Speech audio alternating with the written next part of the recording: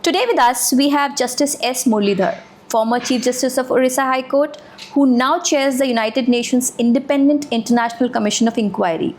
Its latest report, The Essence of Childhood Has Been Destroyed, finds that Israel deliberately targeted Palestinian children, amounting to genocide, crimes against humanity, and war crimes. Justice Muralidhar, thank you so much for joining us. Let's straight away get to the report and the findings at the heart of it. Sure. The report says that children were killed in two deliberate ways. Airstrikes with high-yield wide-area explosives and quadcopters, drones and sniper rifles that targeted children's heads and upper bodies. Are you alleging individual soldiers deliberately selected, targeted and killed children? If you look at what the Israeli soldiers have themselves said on interviews to television channels and what they've uploaded on social media, one of them has gone on record to say, and we've quoted that in the report, that to them it was like a game.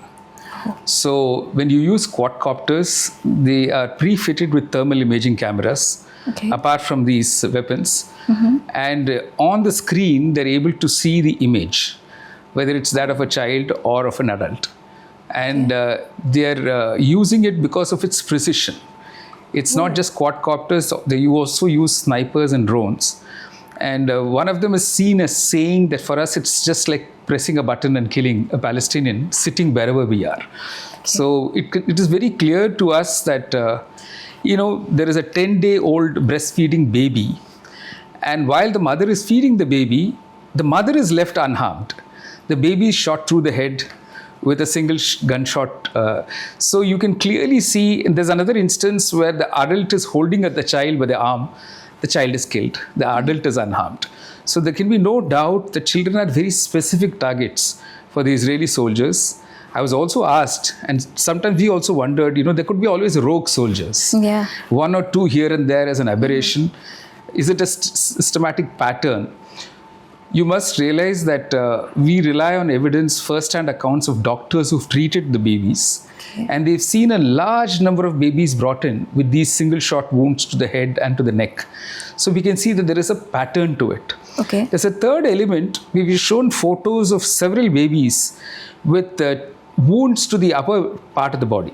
And these are small, holes in the body.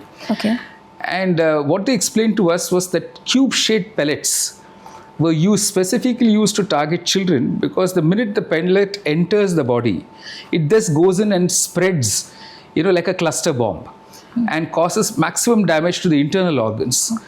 So doctors whom we listened to at a public hearing this time in Geneva, some of them broke down, even while they were speaking to us now, saying that we've not seen this trend of extensive injuries to children at the most vital parts.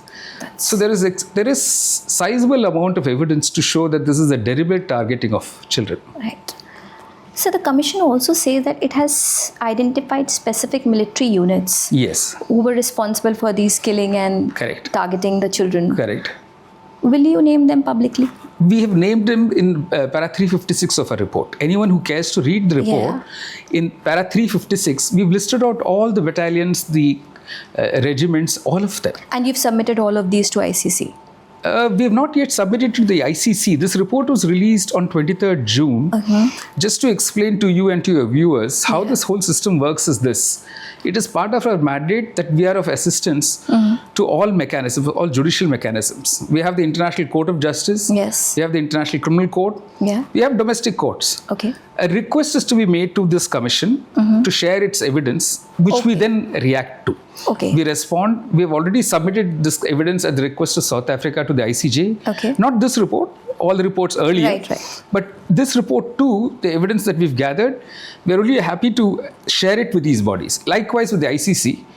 So what we can also tell the viewers is our evidence gathering protocols and the rigor with which we analyze the evidence is aligned with that of the International Court of Justice and the International Criminal Court. We pick up only such evidence which will pass muster in those judicial proceedings. So they are of the highest standard. It's not a casual picking up of some media report here, one statement there. We don't use that just for evidence. So I have a similar follow-up question. I think most of it you have answered, but I would still like to emphasize this part for our viewers and for clarity's sake. That in your report, you treat the alleged deliberate killing of children as central evidence of intent to destroy the Palestinian group. Just help me understand, sir, that what all methods how did you investigate Correct. to come to a conclusion that killing was intentional, Yes. and not a collateral damage of the So apart from the fact that I told you about these specific wounds and to sensitive body parts of children, right, we also find that children are being targeted when children are doing routine activities like playing outside their house, just walking along a Right. certain way. Some of them running to get food supplies. When there was this distribution of if I food may supplies. just ask bit, I don't want to interrupt you, but were these area near to the conflict, the maximum conflicting area, but the conflict zone, the area? Yeah, these zones keep shifting. I'll tell Yeah. you why. Because wherever the Palestinians were in Gaza to begin with, Yeah. they've been given evacuation notices. Right. And systematically, they've been pushed from the northern part of the strip to the southern portion, and even in the southern portion to the Rafah border. Okay. So they are given evacuation notice at very short notice. Right. And the children are then with their parents with whatever little belongings. Yeah. And then they have to walk very carefully in a certain line. Yeah. Because if they're even seen straying here and there, they can be shot. Yeah. And children are unable to understand what is this so-called international yellow line. Totally. I mean, no child can be explained all of that. So a child is seen picking up firewood. A child is seen playing outside. Why I'm emphasizing this? This is not a child in any form of hostility. Right. Let's say a child is throwing a stone or the child is pointing a gun at a soldier. One can understand. But modern children are doing such innocent, routine things and they are being shot at. One child is holding a white flag and the child is shot at. So we can see that children are not getting spared. To answer your earlier question, the other thing was to use intensive airstrike in densely populated areas. Okay. So let's say there was an earthquake in Venezuela. You will find that disproportionately children are impacted. Right. So in any crowd, if you intensely subject that crowd to a bombing or an attack, you can be sure the children will be more affected than the other adults. And these kind of attacks started soon after 7th October 2023. Okay. So we can understand that was a trigger. But if you are the state which is doing this reprisal, and you find in the first 2 weeks that among those killed, children are disproportionately high number, Yeah. you would definitely change your tactic if your intention is not to affect the children. Yes. Because children are innocent, children are not part of hostilities, children are not planning attacks. How is a 10-day-old baby a threat to the Israeli state? It can't be. Correct. Right. So we would have thought that the pattern of attacks could at least change, even accepting that they're justified in those attacks. They didn't change. So those intensive airstrikes continued. So we conclude that, and there is a combination of other factors, Right. and I need to explain this. Children constitute this biological continuity of any group. Okay. Yes. So you target children, you make sure that the group does not continue. Right. Right? So they are not targeting just newborns and pregnant mothers. They're ensuring that neonatal facilities are destroyed. So even if it's a premature baby and you need incubating services, it's not available. Right. So the baby is bound to die. Right. Maternal mortality has gone high. More number of pregnant mothers in Gaza are dying. And then you're having stillbirths, underweight bodies, malnourished mothers, malnourished children. Okay. So it's a combination of several things that gives a clear idea that the intention is to not allow the Palestinian to continue as a group. Right. So let me again stress, we are an investigating body. Right. We're not a judicial body. Oh, totally. We look at the evidence, and at this stage, the standard which we look at is reasonable belief. That is, if the materials reasonably indicate that this is what has happened, we state it as our findings. Yes. When it goes to a court, the court which is trying these criminal offenses of war crimes, genocide, may insist on proof beyond reasonable doubt.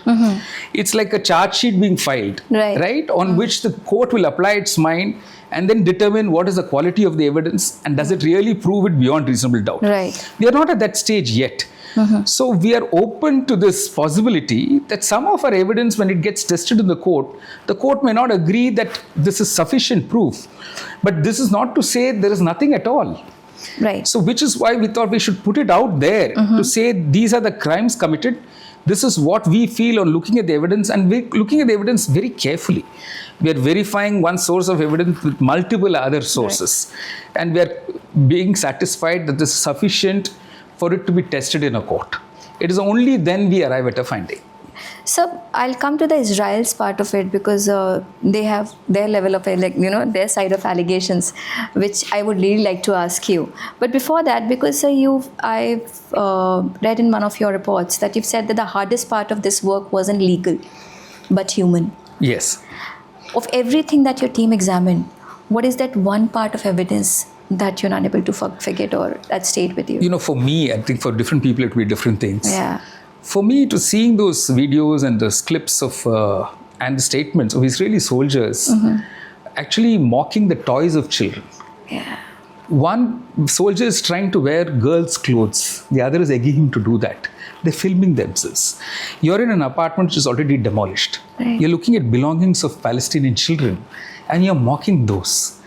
Something that brings joy to a child. Yeah. You're hanging a teddy bear from the tank and you're pointing a gun at the teddy bear. There must be some depravity. Yeah. And this is what I ask. Which uniformed armed force in any country will tolerate this kind of behavior of the soldiers? Right. And this is because of some child's testimony or somebody else's eyewitness testimony. This is the soldiers themselves putting up these videos in the public domain. Yeah. So to me, it's a level of depravity which is inexcusable. Some of those videos they have denied, and some of those they have accepted. No, these videos they have not denied. Yeah. See, they've prepared an 18-page rebuttal to our report. Right.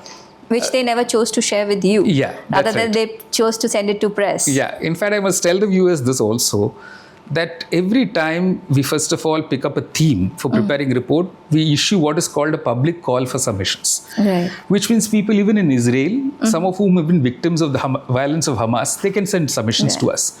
But Israel has very specific instructions to its citizens not to engage with this commission. Israel itself refuses to engage with the commission. Right. Israel's stand is that the entire UN is working to target Israel. Right. So any UN mechanism is likewise tainted with this inherent bias. So Israel has a deep distrust of the entire UN mechanism and definitely of this commission's work as well. So Israel refuses to engage. So apart from the fact that no call for submissions, nothing comes from Israel itself. But I must say some Israeli civil society groups do respond to us, and they are cooperating with this commission. They have responded to your report? Yes. Okay. And so that is there. In fact, even today I got a response to that. But the average Israeli citizen is not allowed to respond. Then before we finalize the report, the draft report we send to both the Palestinian Authority as well as to the Israeli government. And we ask for responses from both. And this is at least one fortnight before the report is finalized. Okay. Israel never responds. Okay. And as a chair of this commission, I issue what is called note verbal to the permanent mission for Israel to the UN in Geneva. Yeah. We do it once during the inquiry. We do it once at the time of the draft report being sent. No response. So Israel just refuses to participate. So if we do not get to know what Israel has as in terms of evidence with respect of all these incidents, it is because Israel doesn't come forth to do it. Israel also refuses us permission to enter those territories. If as a commission of inquiry we decide tomorrow to go to Ramallah, we will be refused permission. If we decide to go to the Gaza city or even Rafah, they will refuse permission. So we are not allowed to enter the territory. We are not allowed to directly interact with the people in those territories. And we can't request via US? Well, we sent very good question. I sent this time a note verbal to the US as well. Okay. And no response. Okay. So how do you expect a commission of inquiry which gets no cooperation, no response, to take whatever they are alleging against us seriously? Yeah. See, if it is based on evidence, even this 18-page rebuttal, you would have noticed they don't deal with these videos posted by the Israeli soldiers themselves. They don't say it is morphed, it is fake, nothing. They don't deny the statements made by their own politicians, which we've quoted. Yes. And which shows what is the mentality. I'll come to it later. Yeah. And they don't tell us positively what is that evidence they have, which we have not considered. Even today, and I've said this in several meetings with the media, even today, this commission is open to considering any and every evidence that Israel has to share with us. It is free to do that. It is free to contradict us. If it wants to see some of the evidence we have, we are prepared to share. But let's be open about it. I'm saying there's no particular purpose to be served for an independent commission like ours, with one former judge of Zambia, me coming from India, the third from Australia. What stakes do we have? We have nothing to wrongly make accusations against Israel state or Israel soldiers. We are open to considering whatever evidence they have. Let them place it. Let them place it in the public domain. Let them place it before the world. They should speak up. They should just give an evidence. And like I said, we are an investigating body. Yeah. You say, okay, there is this piece of evidence which you overlooked. By all means, show it to us, share it with us. We'll examine it with the same rigor, with the same scientific rigor. The counter to this is, sir, that this commission chose to neglect and basically chose to not see the evidence that Hamas used children as human shield, and the hostage situations that were there post October 7 attack. I think this is the narrative in the media, so I need to correct this. That's why I asked you. No, I'm glad you're saying this. Because when the 7th October incident happened, this commission was one of the first to produce a report. Right. And that report detailed the atrocities of Hamas vis-a-vis the Israel's hostages. It is there in the public domain. This commission, just on 15th June of 2026, has submitted a report to the Human Rights Council on actions of non-state actors. Right. And by non-state actors, we mean the settlers in the West Bank. And we mean, as far as the Gaza Strip is concerned, we mean Hamas and its affiliate bodies. And there we've detailed the atrocities of Hamas, the human rights violations of Hamas, particularly the abuses of children.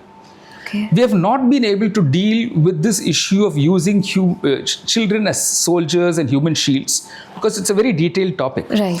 There are so many subtopics within one broad topic of children, which is why we've taken the care to say in para 4 that this is a topic we are not investigating right now. It doesn't mean that we have decided not to investigate it at all. And when we take up such a topic, we will also address the issue of settler children being used in the violence, by arming them. So it will be across the board. I want to repeat that this commission is interested in uncovering the truth. The truth could involve victims of all nationalities, of all forms. It could be Israeli citizens, it could be Palestinians, it could be others. We need to find ways of getting justice to all of them. So we are not shut down at all. We are not closed. We still have an open mind. We are very happy to talk to the Israeli citizens, to Israeli soldiers, Israeli commanders. We are open to receiving all forms of information, evidence from them, which we will examine in the same objective way as we have done while preparing this report. I have two follow-up questions around the US and the US role in all of it, and the Israel's response. Basically, coming to the US part of it, US, basically, in the report itself, you've accused that a Trump-backed board of peace assured the UNSC that the conditions in the Gaza area, have improved. That is clearly not the case, going by the report. So, are you alleging that they misled the UNSC? No, more than, we can use adjectives, you can use words. We have to look at facts. Right? The Board of Peace was set up as an alternative. It was since October 2025. It looked only at Gaza. If you see the peace plan, it's called the Donald J. Trump Peace Plan. Right? And it's been endorsed as such by the Security Council. It says there is an issue as far as Gaza is concerned. Gaza is not the only issue. There is West Bank, there is East Jerusalem left out. The creation of Israel itself can be traced back to a 1947 resolution of the UN. Right. So normally when you have resolutions, you will have preamble clauses. Right. It will trace the origin. This one is ahistorical. It forgets that there is something called a two-state nation proposal, which was the very bedrock of the 1947 resolution of the UN. Right. Third, it ignores the fact that there are so many UN mechanisms actively involved in uncovering the truth of what is happening in occupied Palestinian territory. So it is written in a very different way, a different purpose. It leaves the entire creation of the Board of Peace to one country, which is the United States of America. on that board of peace, to be a member, you have to pay $1.5 billion. So I don't know what the message is. And I must tell you, of the so-called 39 countries, none of them, they've pledged this 1.5 billion, but none of them has paid up. Yeah. And when it submitted a report this May to the Security Council, it made a claim that the situation in Gaza has vastly improved. See, the one positive thing that happened after the Board of Peace was formed was the exchange of hostages. Right. That no one denies.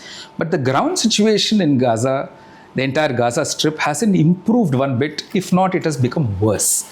Right. And the report also claimed that humanitarian aid is now entering in large measure into Gaza, which again is not true. We've just seen how 3 waves of flotilla activists have been stopped on territorial waters by Israel, and how they've been mistreated. So there is an active prevention of humanitarian aid reaching Gaza, which is why we said what the Board of Peace claims is not quite true. Right.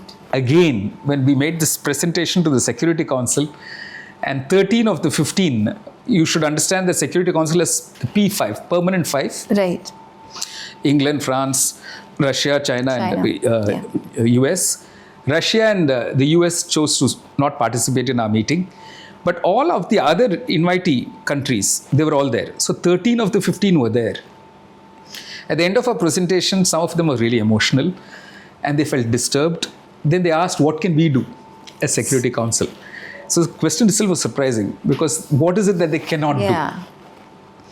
I said, you've set up the Board of Peace. Will you organize a meeting where we make our presentations to the Board of Peace? Yes. Let that body which you've newly created, let it be, cognizant of what the ground situation is. And I also said to the Organization of Islamic Countries, because some of them are on the Board of Peace. Right. I said, why don't you use this report to say, let's have a meeting to discuss what this report says. And invite some of us. We'll explain to you what our findings are. This could be a good starting point. The third thing I said is this involves children. Cannot the entire Board of Peace, all the countries in the UN, agree on some basic humanitarian law principles? One is, in times of conflict, no child should die of starvation. Right. We've pointed out more than 150 children have died of starvation. Second, in times of conflict, no child should die for want of medical help. Right. How can this be subject to some historical wrongs done? Right. And for which, retribution is the answer. Children can't be made fodder, right? They can't be subject to geopolitical compulsions. You just said that all the members of Board of Peace minus US and China who chose not to participate in this. Was Pakistan part of it? Pakistan was there. And despite claiming this is not because of, India, I'm asking this question, because you said that most of the Islamic nations were there. What was their reaction to this entire report? Because when it comes to US, the stand changes. Why is it that? Not just Pakistan. Pakistan was part of it. Yeah. But many of the other countries, because we also spoke to the European Union. Right. So most of the other countries come back to this political compulsions. They say, oh, you know why. Many of them have trade arrangements. Many of them are dependent on the US for various things. Right. So US does control the decision of a large number of blocks of countries. Right. And definitely Pakistan. So which is why I'm saying we can't single out one country. Like for instance, India has not spoken up to. Yeah. So let's not single out countries. Let's say all of you come together. And at least children are a good starting point. Right. How can you say that a 10-day-old baby is a threat to the security of Israel? Right. It makes no sense. So it should be easy for you to argue with anyone who's trying to oppose what this report is saying. Right. That how can children be made fodder for conflict between nations? Right. And we are creating what generations of people who are exposed only to violence, Right. to hate, to fear. What kind of, human beings will they develop into? Right. This is something we should seriously think about, because it's not just about this conflict zone. Yes. I know there are zones of conflict even as we speak, equally horrific. For instance, in Sudan. See, something of what it does to each of us. when we keep quiet about this, Right. we feel outraged, but we say, oh, we can't do anything. It kills a bit of humanity in each of us. Right. And it wants us to routinize that, saying, oh, what can we do? We all just shrug our shoulders. See, the flotilla activists are telling us something which we should listen to. They're saying our countries may have political compulsions. Right. They may refuse to do anything, Right. but we as people have to do something. Right. Right? And I was told during our contractions with the European Union, and I think even to the Organization of Islamic Countries, that the mood in the ground is changing. More and more people are feeling Yes. that this kind of a level of atrocity cannot be tolerated. We list out war crimes, we list out crimes against humanity, we list out sexual and gender-based violence. And if you start reading our reports right from the earlier report, we have a report on sexual and gender-based violence in March 2025. We have a report on genocide in September 2025. We have what are called mandated reports to the Human Rights Council and to the General Assembly. And then we have special reports like the one on children. If you read them all, the pattern is very clear. Right. That something has to be done. It's very, very dire today. And we are hoping that this report will be that point where the attitude of countries shifts. Yeah. So there's one very striking point in the report which said that children have continued to be killed even after that October 2025 ceasefire. So yesterday evening, I don't know if you saw, the airstrikes in Gaza continue. I did. So I just want to understand that does that not also implicate the powers that brokered that ceasefire? What is the ceasefire all about if not stop the killings? So you answered your question. It's rhetorical. The thing is, we keep asking these questions to each other, right? But nothing really happens. Right. And when we turn to our countries, we either get silence or the explanation that, we have our own policies here. Nobody need to dictate to us what we should and should not do. Right. Like many countries are suppliers of arms to Israel. Right. Those arms are being used to target children like this. Right. So will those countries tolerate it if it was directed against their own children? They obviously will not. Of course. See, we ourselves are interested in all the international legal mechanisms working. Right. Let me pick up the example of Kulbhushan Jadhav. Right? When he was wrongly taken into custody by Pakistan, denied a fair trial in Pakistan, Right. where did we go to? We went to the International Court of Justice. We sought justice in that body. We got an order in our favor. We were interested in its implementation. Right. We would have not kept quiet if that order had not been implemented. Right. Pakistan did implement that order. Right. If Pakistan had failed to implement it, we would have hauled up Pakistan. I'm saying all of us are therefore interested in some neutral body looking into our grievances that we may have against each other as nations. Right. And we want those orders to be implemented. Totally. But when it comes to Palestine, that same International Court of Justice has given 3 provisional orders. Those orders are being violated with impunity by Israel. And what are our countries doing? As if it's happening to somewhere else. It is a clear frontal challenge to the efficacy of your international legal order. Right. Should you not protest? Right. Should you not take exception to it? Will you continue trading with a country like that without insisting on its compliance with international legal norms? Yeah. See, it is in your own interest. What I'm saying is, let us not think of ourselves as this country and that country, who's ally and who's enemy. We go outside that way of discussing and ask ourselves, what is uncompromisable to us? Like you ask me as a human being, what is uncompromisable is my right to dignity. That I cannot compromise, right? Likewise, when it comes to the international legal order, something we should not compromise on or should not ask others to compromise on are the rights of children. Right.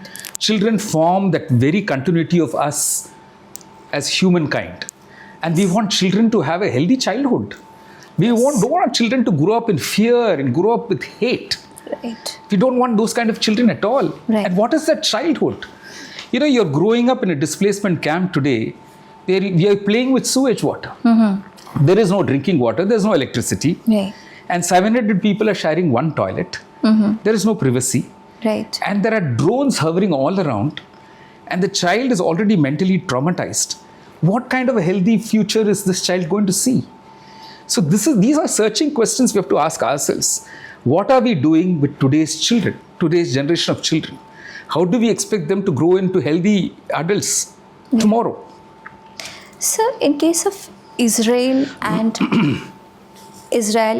the case of not responding to this report and the other reports whichever were raised with them, do you think two parts to this question? One is do you think that it is because of the US backing that they feel that they can choose not to respond, because most of the countries would rather respond Correct. to it?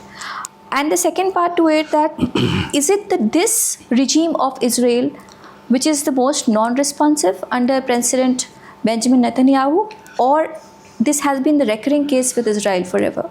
No, it goes back a long way. Yeah. So it would not be fair to say it's only this particular regime that is opposed to the UN mechanisms. They've been opposed to it for a long time. To answer the earlier part of your question, yes, the support they have from the US does embolden them in a large way. It's not just financial support, it's also moral support. Yes. Right? Somewhere US completely endorses every stand that Israel takes. So it is far more than that. It's therefore a serious threat to the efficacy of most mechanisms. US has stopped contributing to the UN. Yes. And because it has stopped contributing financially to the UN mechanism, 40% of its budget is now reduced. Right. That is the extent of the adverse impact that US's withdrawal from the UN system has on the functioning of the UN system as a whole. So many of the mandate holders, many of the mechanisms, including our commission, their work is seriously hampered. In the initial phase of this commission from 2021 onwards, it could hold public hearings in the neighboring countries, right, like Jordan, Egypt, Turkey, and all of that. But after the cut in the budget, we don't have the resources to even travel to those countries for holding public hearings. Right. So one can clearly see the attempt is to stop the functioning of many of these mechanisms, and which is very unfortunate. Yeah. So this one thing, as a curious audience, I'm asking, do you believe that this report or series of such reports, I would stick to this report for now, will actually put anyone on trial? Anyone? See, the Hind Rajab Foundation, I'm sure you should be aware of this. Yes. They have now instituted proceedings in several countries. It's a very interesting development. Yes. They have picked up on the fact that in one battalion, there could be soldiers of other nationalities who are serving. To just be precise, there are more than 700 Australians, citizens, right, who are serving on the Israeli Defense Forces. There are more than 12,000 US citizens serving on the Israeli Defense Forces. Right. So when these individuals go back to their respective countries, they can be investigated for their role in these atrocities, right, and they can be prosecuted by those courts by exercise of what we call as universal jurisdiction. Okay. The logic being this: these countries are themselves parties to many treaties and conventions. And they have an obligation in international law to ensure that those treaty provisions are enforced, not violated. Right. And violators of those provisions will be prosecuted. There's an international law obligation on them. Right. So Hind Rajab Foundation has actually instituted proceedings to persuade those countries to exercise universal jurisdiction. So people are not just watching while such reports are being submitted. Proceedings are actually, and some of those countries have reached out to our commission to share the evidence. Okay. So that's already happening. Okay. Which is why that para 356, the recommendation that we've made, that those battalions should be proceeded against. Right. If they're taken seriously by member nations, they need not wait for a green signal from the International Court of Justice or the International Criminal Court, or because US will be upset or somebody else will be upset. If they're serious about the international legal order and enforcing, all these mechanisms, they can take action. But the evidence is out there for them to take it up. And like I said, this is evidence gathering in the first phase for preparation of a charge sheet, right? You can test this evidence. Right. You can find more things. Right. And you can take it to its logical conclusion. Right. So, there have been several such reports, but this one stands out because of the children. Right? Correct. Very, very important. Correct. You've built a very powerful argument that targeting children is evidence of intent is to destroy a people. By that same standard, sir, there are other conflicts in other states we could investigate. No, Sudan. So there are other mechanisms already set up by the UN. You should see the list of mechanisms in place We are not the only commission of Right. inquiry. There are several other independent commissions of inquiry. There are fact-finding missions. There are independent experts. There are special rapporteurs. Right. So you have so many different kinds of mechanisms. And many countries, the situation in many countries is being investigated. So, as a chair of this commission, if I were to ask you that you give one message to Israel, that one message that you would want us to take to them. Yeah, cooperate with all other countries, including the UN, in restoring faith in humanity. And to Mr. Trump and the US. Yeah, this is a message to everyone. It's Right. not just to the US or to Israel. Right. See, I should read out, if you have time, Yes, if you'll yes, permit please. me. See, this is a boy whose mother was killed in the airstrike. Right. 2 sisters were killed in an airstrike. He saw them die in front of his eyes. Now, such a boy is 13 and a half years old. Yeah. He should be very cynical about life. Right. He should be very bitter. Correct? Yes. But this is what he has to say. He says, before my mother was killed, she told me, I need you to be a good person in the society like a doctor or engineer and do good to the others. And this is what he says, despite everything that happened to my family, I will do anything that is good for the society. Wonderful. So this boy is reminding us that we should retain that little bit of humanity we have within each of us and help that to build a better world. Yeah. And if he can remind us about this, we have no excuse in not acting on the findings of this report. Right. Sir, thank you so much for your time and for this candid chat. It really helps us understand this in much better way. These findings will be argued over and over again. There'll be counters, but one thought that you are leaving the entire world with is that these international laws are there to protect. If these international law can protect our children, our future. Thank you so much for joining. It was lovely talking to you. Thank you, sir. Suchit. Thank you very Thank much, you. sir.